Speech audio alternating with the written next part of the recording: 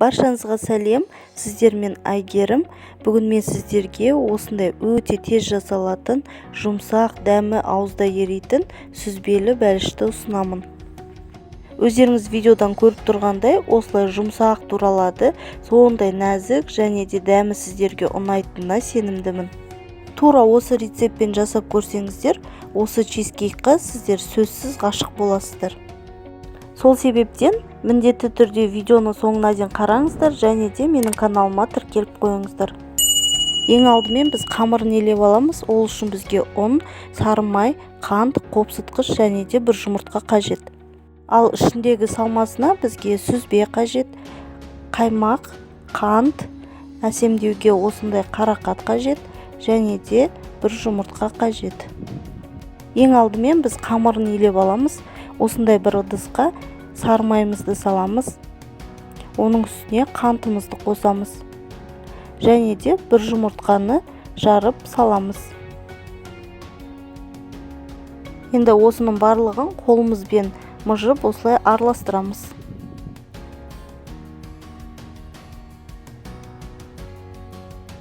Одан соң қопсытқышымызды қосамыз. Және де қопсытқыштың артынан бірден ситадан өткізілген ұнымызды қосамыз. Енді бізде жұмсақ қамыр пайда болғанша осылай барлығын біріктіріп қамыр илейміз.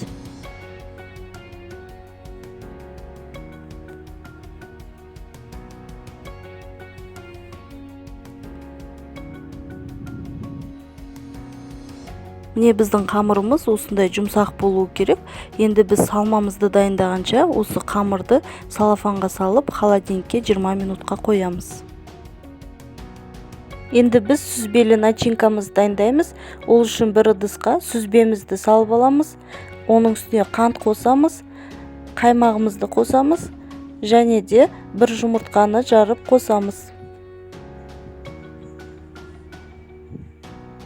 Енді осының барлығын блендермен еземіз. Сүзбені міндетті түрде ұсақтап алу керек. Егерде блендер болмаса, ет тартқыштан тартуға болады, немесе үккіштің ұсақ жағымен өткізуге де болады.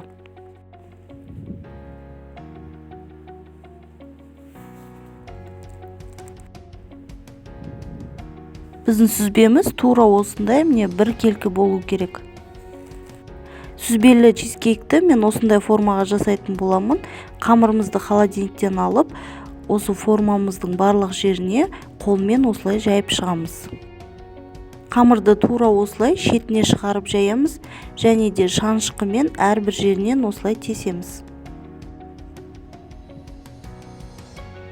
Енді осы қамырымыздың ішіне сүзбелі начинкамызды құямыз.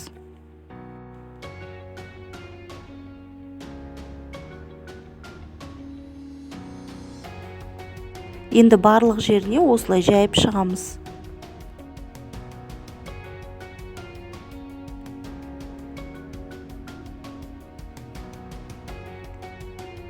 Енді шанышқымен осылай шет-шетін бірдей қылып тегістейміз.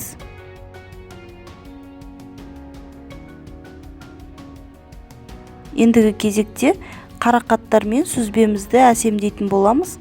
Осылай әрбір жеріне қоямыз. Қарақаттың орнына басқандай жидектер қойып та әсемдеуге болады.